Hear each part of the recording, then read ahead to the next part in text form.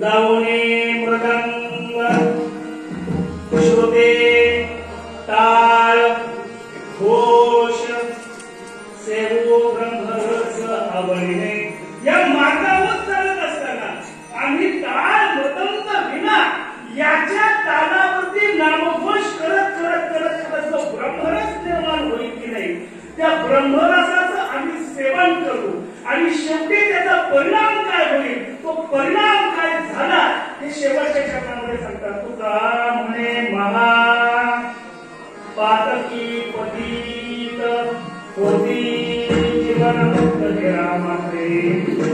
जे महापात्र समाजातले दोन वर्ग या नामस्मरणामुळे मुक्त झाले आणि ते दोन वर्ग कोणते, एक महापातकी आणि दोन पतित.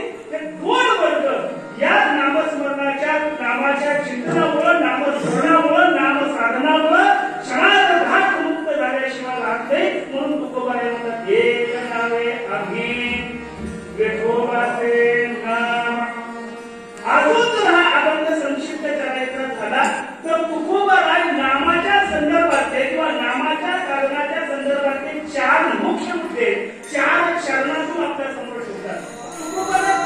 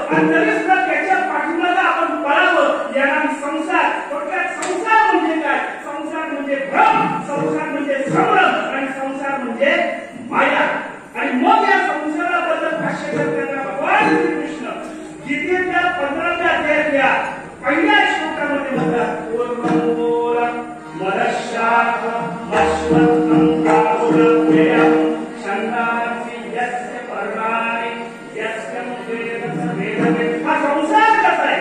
पिंपळ्याच्या मुंड्या असलेल्या झाडासारखा आहे, ज्याची मुळावर आहेत, फांद्या खाली आहेत आणि ह्या झाडाला कुठलाही आधार वरून आधार आहे ना खालून आधार आहे.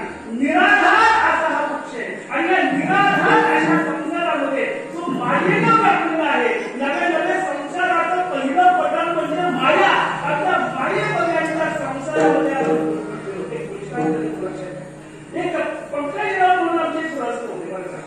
त्यांनी नुकतीच 2 तोळ्याची अंगठी घेतली, 2 तोळ्याची सोन्याची अंगठी घेतली आणि काही कामानिमित्तानं काम करत असताना ती अंगठी पडली आणि अंगठी पडल्यानंतर ती अंगठी शोधायला लागली.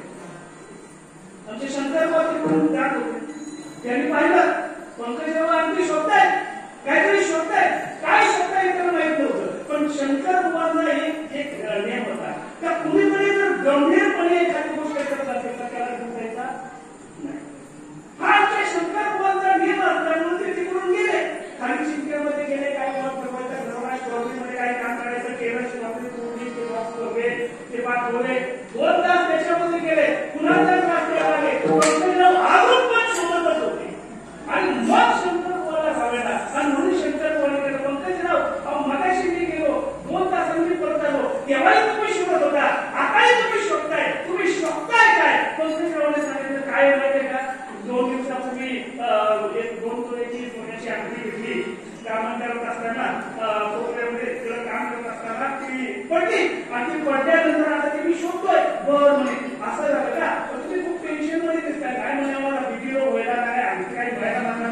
बरं म्हणे काय हरकत नाही, बीपीओ व्हायला ते काम करा, तुम्ही टेन्शन करू नका, तुम्ही शांत